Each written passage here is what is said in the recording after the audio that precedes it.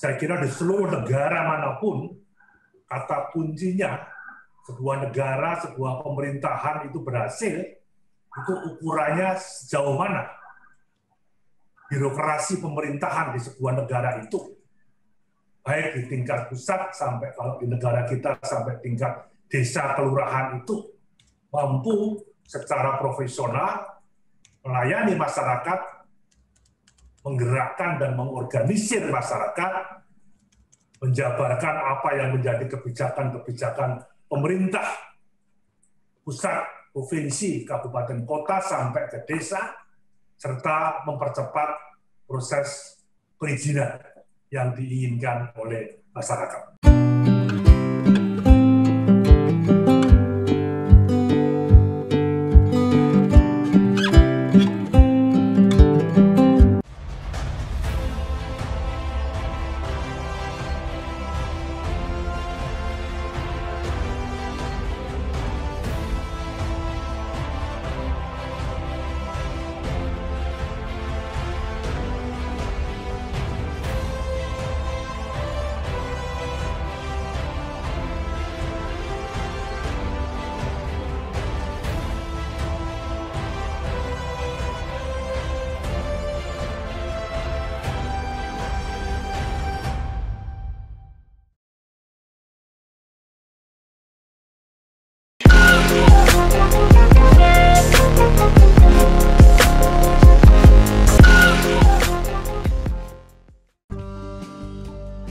Cahyokumolo SH merupakan politisi tangguh yang dikenal sebagai sosok yang gaul, dekat dengan siapa saja, menghormati senior, dan merangkul yang muda. Sebagai politisi, dharmanya paripurna. Pengabdiannya sudah mencapai puncak, baik di legislatif maupun eksekutif. Bambang Sadono mengenalnya sejak masa mahasiswa. Keduanya lulusan hukum Undip dan sama-sama aktif di KNPI. Sejak awal, Cahyokumolo SH sudah tegas menyatakan akan mengabdi sampai mati untuk bangsa dan negara. Assalamualaikum warahmatullahi wabarakatuh. Waalaikumsalam.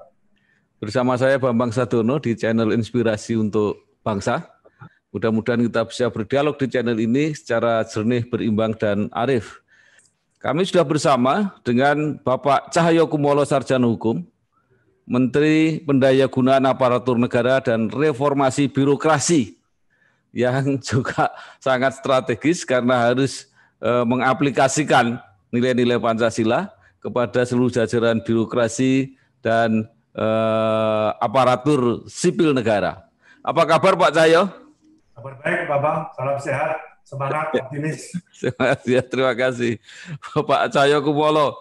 Mungkin Pak Cahyo ingat ada seorang guru besar ahli hukum tata negara, gurunya Pak Cahyo juga, yaitu Profesor Suharjo SS almarhum, yang mengatakan bahwa birokrasi itu sesungguhnya adalah cabang kekuasaan yang keempat yang selama ini kita kenal hanya eksekutif, legislatif, dan yudikatif, tapi Prof. Suharjo mengatakan karena begitu pentingnya birokrasi sebagai salah satu cabang kekuasaan yang menjadi pilar negara. Nah, sekarang pertanyaannya adalah bagaimana Kementerian Pan-RB ini mengaplikasikan nilai-nilai Pancasila melalui regulasi untuk seluruh birokrasi negara dan pemerintah Indonesia. Monggo Pak Cahyo. Terima kasih Pak Bambang. Jadi secara prinsip ya, kalau kita bicara Pancasila, khususnya di dalam negara kesatuan negara kita, Indonesia, itu sudah merupakan kata final. Yeah. Apapun tadi Pak Bambang menyampaikan, mengutip pendapat almarhum Profesor Suharjo, bahwa kekuasaan keempat, posisi birokrasi itu memang berada pada posisi yang sangat-sangat strategis. Saya kira di seluruh negara manapun, kata kuncinya sebuah negara, sebuah pemerintahan itu berhasil, itu ukurannya sejauh mana birokrasi pemerintahan di sebuah negara itu, baik di tingkat pusat sampai kalau di negara kita sampai tingkat desa kelurahan itu mampu secara profesional melayani masyarakat, menggerakkan dan mengorganisir masyarakat, menjabarkan apa yang menjadi kebijakan-kebijakan pemerintah, pusat, provinsi, kabupaten, kota, sampai ke desa, serta mempercepat proses perizinan yang diinginkan oleh masyarakat. Sehingga birokrasi itu harus mendengar apa yang diinginkan oleh masyarakat, dan dengan inovasi-inovasi yang ada, dia harus mampu untuk menjabarkan itu.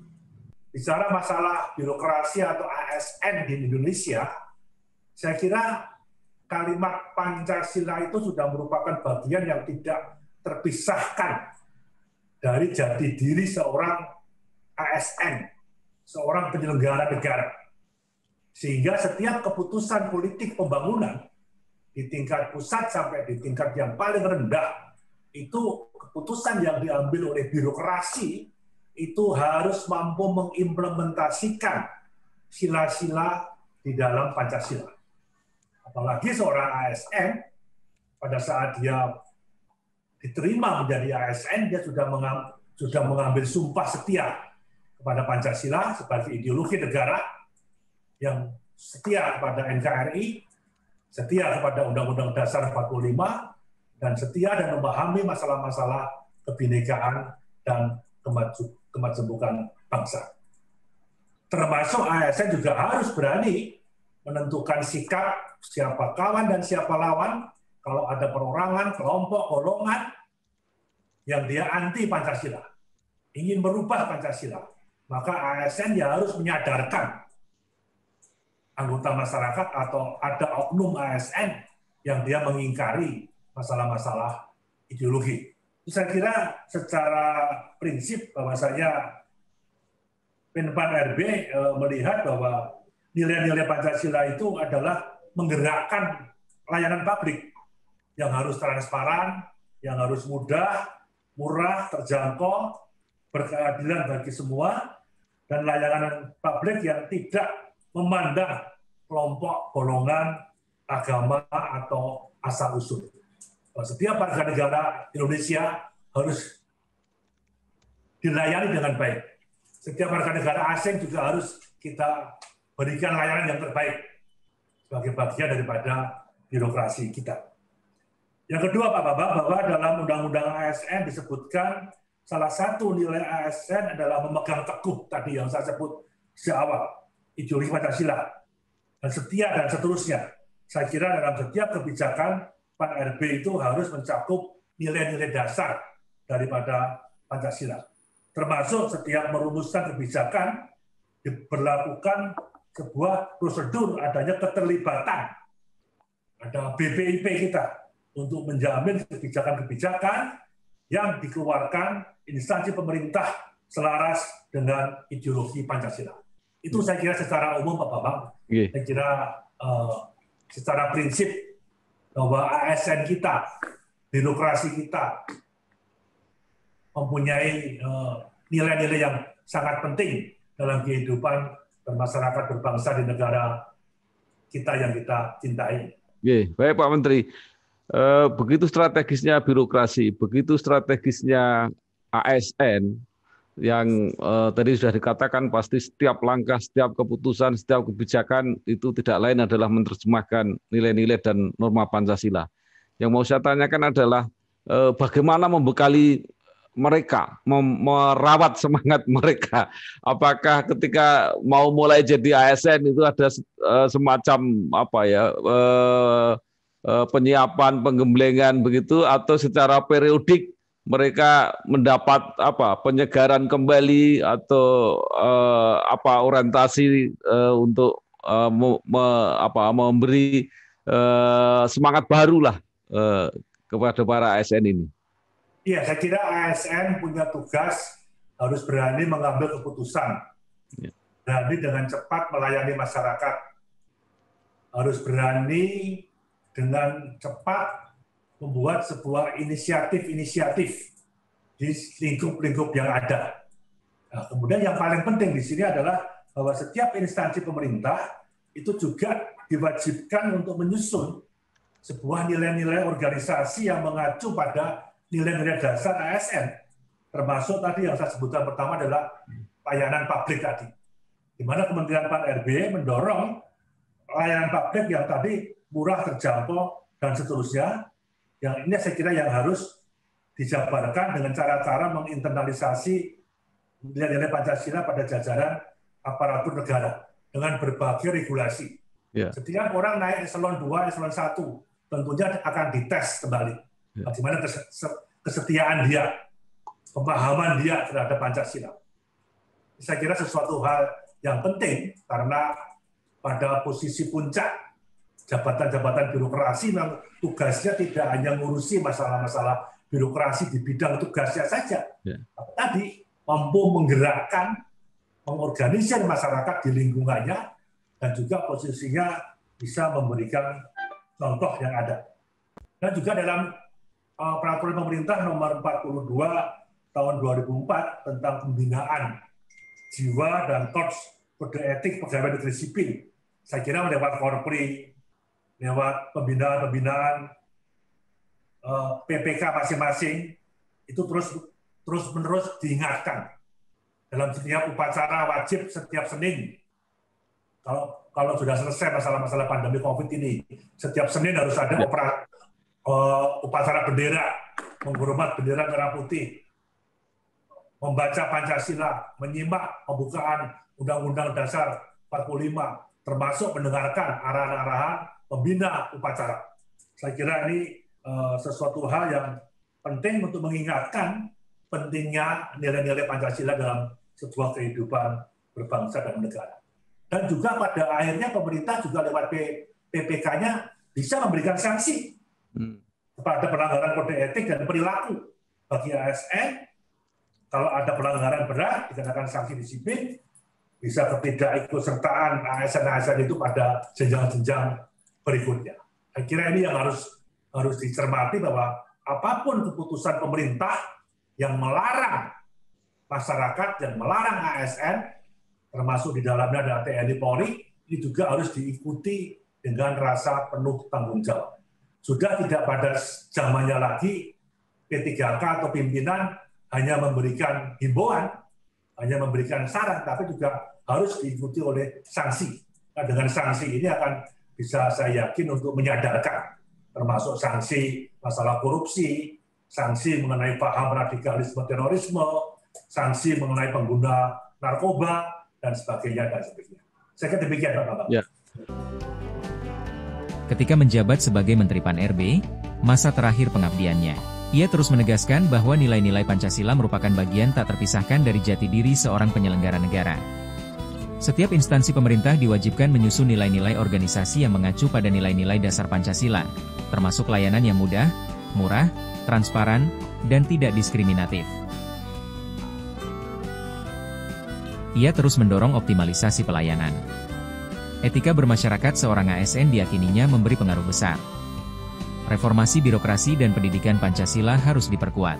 ASN, menurutnya, harus memiliki spiritualitas dan tanggung jawab dalam menyampaikan hal-hal yang menjadi bagian dari tugasnya. Saya kira menarik sekali Pak Menteri bahwa setiap pimpinan institusi selain bertanggung jawab terhadap bidang teknisnya juga bertanggung jawab membina moral nilai Pancasila yang menjadi basis seluruh kebijakan dan seluruh keputusan. Nah, sekarang apakah menurut pengalaman hambatan-hambatan yang dihadapi? Kan birokrasi ini begitu luasnya ya, jumlahnya besar, wilayahnya luas, di dalam usaha untuk menginternalisasi nilai-nilai Pancasila di kalangan birokrasi ini, Pak. Ya, saya kira pimpinan sebuah birokrasi, kementerian, lembaga, instansi, sampai ke daerah, kan tidak bisa mengawasi 24 jam ya. Ya. Beda dengan TNI Polri ya. Ada sumpah prajuritnya, ada sabta marganya, ada sumpah triberatanya, ada perintah dan maklumat daripada pimpinan Polri maupun TNI. Tapi kalau di ASN ini kan pada saat dia bertugas mungkin dia bisa ikut. Tapi setelah berbaur di masyarakat kan dia bisa berkelompok. Dia bisa bermasyarakat. Dia bisa terlibat dalam ormas-ormas atau dengan kegiatan-kegiatan sosial lainnya. Nah, ini yang harus dibekali kekuatan mental. Jangan sampai apa yang dia dapat di kantor, di lingkungannya, begitu dia membaur, dia malah mengikuti apa yang menjadi arahan-arahan yang ada. Nah, ini saya kira perekatnya ini harus terus diingatkan. Ya tadi salah satunya ya tadi adalah setiap hari Senin upacara ada pengarahan.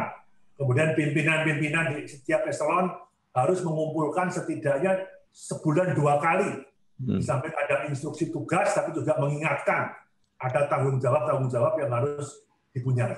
Saya kira saling mengingatkan di antara ASN, saling mengingatkan antara pimpinan dan anggota, saya kira sama. Nah, saya kira Pak Bambang juga pernah jadi pemimpin partai politik, pemimpin organisasi media, ya, sampai redaksi, kan juga sama. Memberikan instruksi umum kepada jajaran di bawahnya, tapi juga terus memonitor, termasuk nanti mengupdate kembali, mengoreksi kembali apakah sudah benar. Lah. Ini yang saya inginkan. Jadi pimpinan itu melekat pada seluruh anak buah. Tahu apa yang dikerjakan. Harus mampu membuka mata telinga. Jangan kuping tipis, tapi juga harus membuka mata telinga. Apa yang terjadi di lingkungan kita, tempat kerja kita. Apa yang terjadi di masyarakat. Apa yang terjadi di rumah. Ya, selama pandemi COVID ini contoh, kami meminta semua instansi pemerintah ada crisis center, memonitor pegawainya, tapi juga memonitor pegawai itu bagaimana keluarganya. Ada nggak yang dia kena masalah-masalah COVID? Kemudian dia bergaul dengan siapa?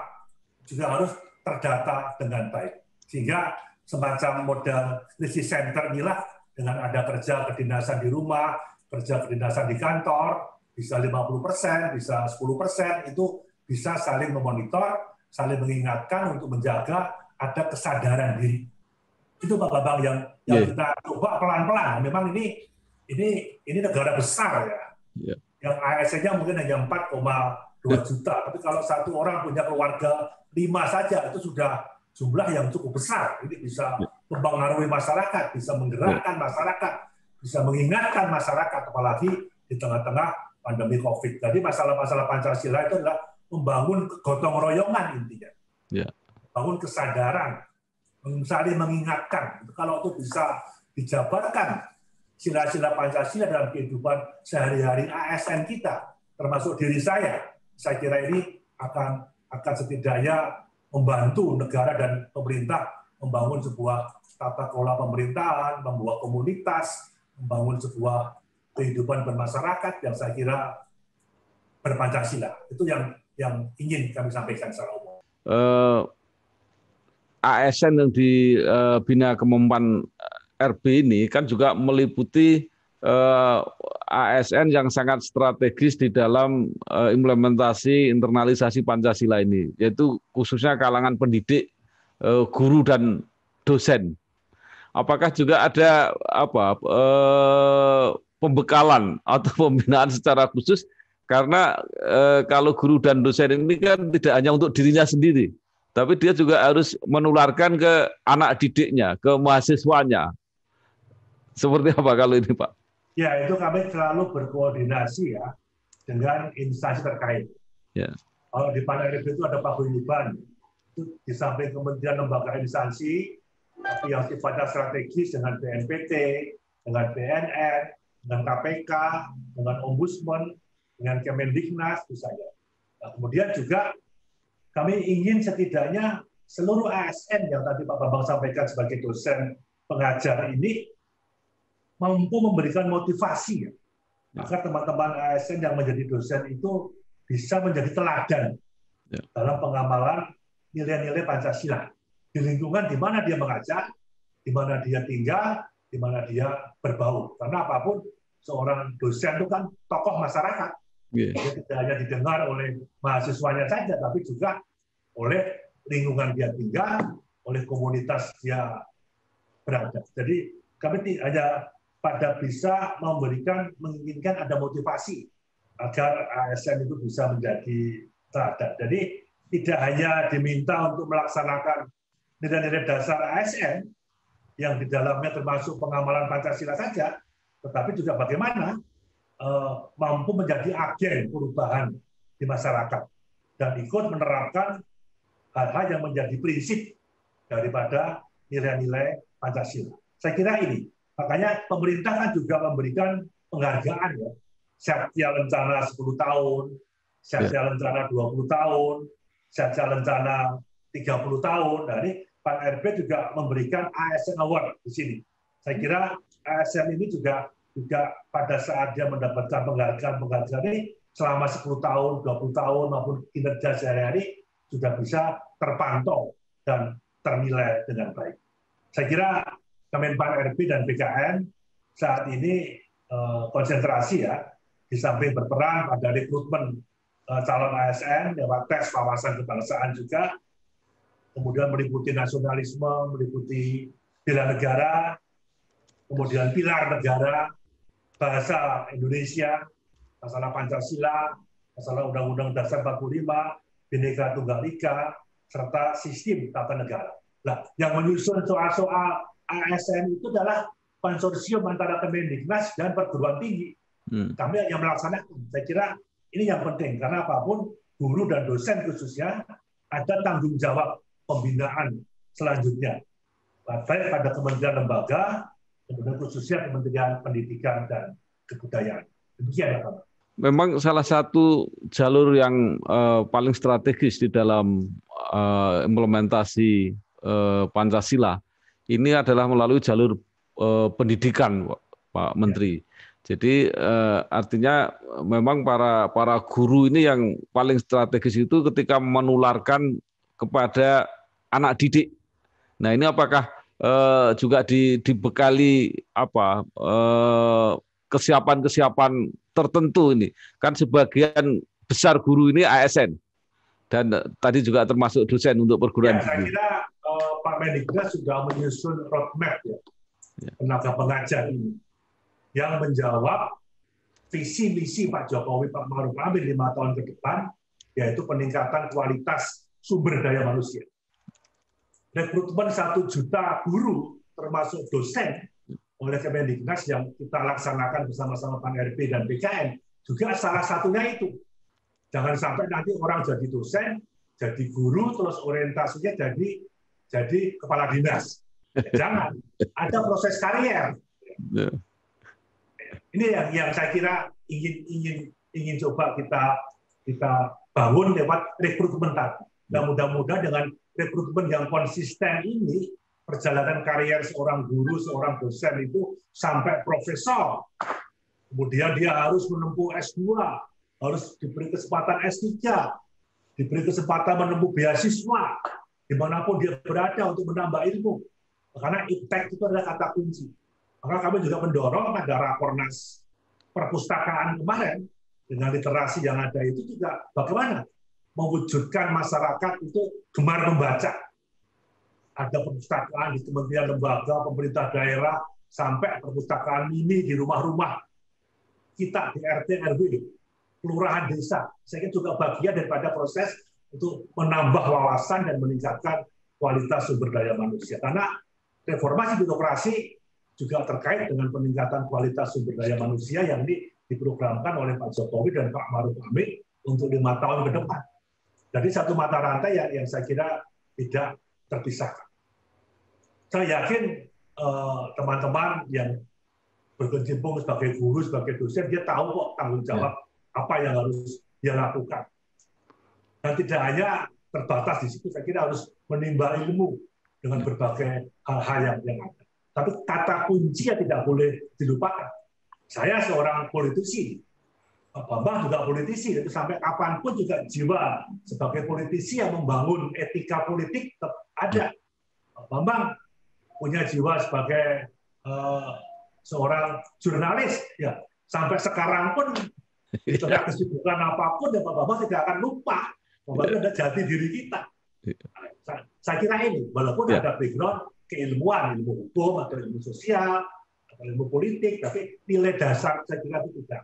Itu yang saya alami, termasuk juga saya cermati Pak Bambang, di mana Pak Bambang berada, ya naluri sebagai jurnalis tetap masih ada. Ada senior wartawan itu yang jadi dubes yang jadi menteri pun juga naluri itu tetap ada.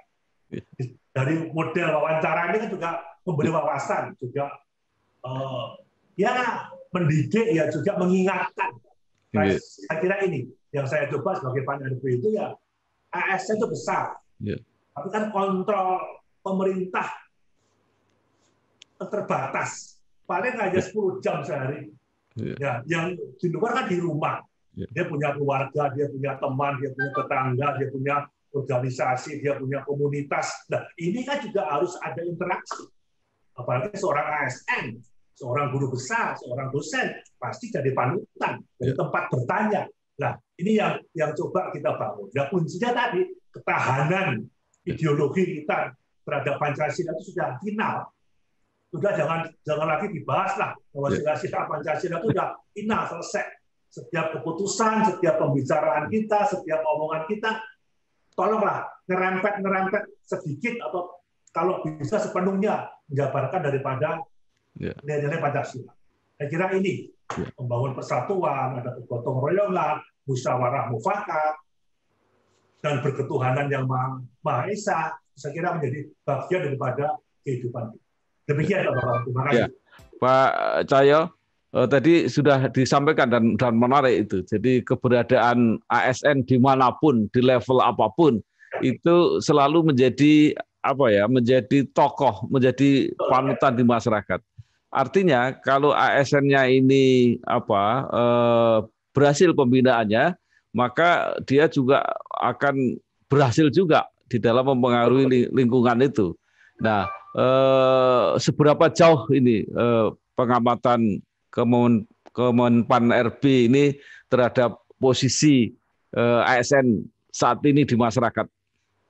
Memang belum optimal ya, karena satu orang ASN korupsi, misalnya dalam maaf, atau dia melanggar etika bermasyarakat, itu pasti kadang-kadang kalau istilah Jawa digebyah-uyah. Kok pegawai negeri begini, kok ASN itu begini. Nah, ini memang sebuah proses.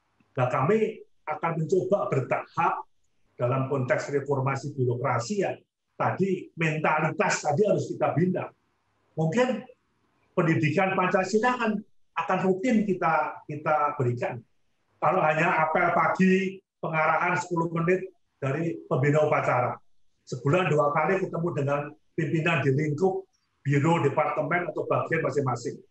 Kemudian nanti pada acara-acara nasional, acara-acara hari besar, ini kan juga bertahap. Kami juga akan minta dengan BPIP, ada modul-modul sehingga masing-masing pimpinan lembaga, instansi pemerintah termasuk daerah juga bisa secara rutin sebulan 2 kali ada menyampaikan hal-hal yang berkaitan dengan pemahaman-pemahaman. Apalagi kehidupan sekarang kan semakin dinamis, tantangan bangsa juga semakin berat dan semakin kompleks. Nah, ini ketahanan ini yang saya kira harus terus diwujudkan. Jadi kalau tadi Pak Bahlil tanya sejauh mana, kami belum bisa menilai.